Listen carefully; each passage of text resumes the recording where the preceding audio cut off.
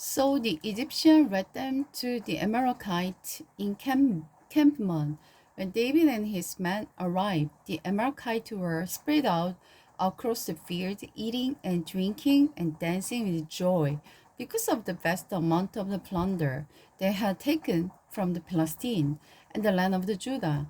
David and his men rushed in among them and slaughtered them throughout that night and the entire next day until evening. None of the Amalekites escaped, except the 400 young men who fled on camels. David got back everything the Amalekite had taken, and he rescued his two wives. Nothing was missing, small or great, son or daughter, nor anything else and that had been taken. David brought everything back. His troops rounded up all the flock and the herds and drive them on ahead. These all belong to the David as his reward, they said. When they reached Pastor Brook and met the 200 men who had been too tired to go with them. David greeted them joyfully, but some troublemaker among David's men said, "They didn't go with us, so they can't have any of the plunder. Give them their wives and children and tell them to be gone." But David said, "No, my brother, don't be selfish with what the Lord was given us. He has kept us safe and helped us defeat the enemy. Do you think anyone who will listen to you when you talk with this? We share alike those who's who go to bath and better and those who guards the equipment." From then on, David made this law for all Israel, and it is still followed.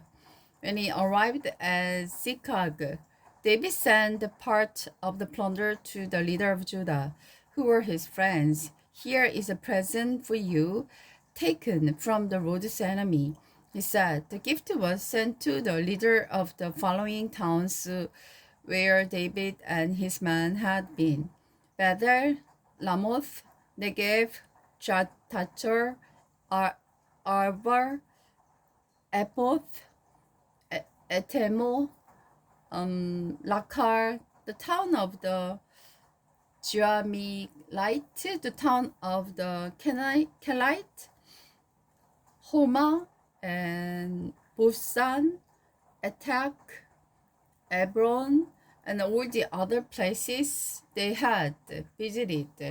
The death of Saul. Now the Philistines attacked Israel, forcing the Israelites to flee. Many were slaughtered on the slope of Mount Gilboa. The Philistines cruised the Saul and his men. They killed three of his sons, Jonathan, Abinadab, and Malchishua. The fighting grew very fierce around Saul, and the Philistine archers caught up with him and wounded him severely. Saul groaned to his armor bearer, "Take your sword and kill me before these pagan Philistines run me through and humiliated me." But his armor bearer was afraid and would not do it. So Saul took his one sword and fell on it. When his armor bearer realized that Saul was dead, he fell on his own sword and died beside the king. So Saul and three of his sons, his armor bearer, and his troops all died together that same day. When the Israelites on the other side of the Zezer Valley and beyond the Jordan saw that their army had been looted and that Saul and his son were dead, they abandoned their towns and fled. So the Philistines moved in and occupied their towns. The next day, when the Philistines went out to strip and dead, they found the body of the Saul and his three sons of Mount Ziboah. So they cut off Saul's head and stripped up his armor. When they proclaimed the news of the Saul's death, in their pagan temple and to the people throughout the land of the Philistia. They placed his armor in the temple of the Esober. They fastened his body to the wall of the city of Beth San.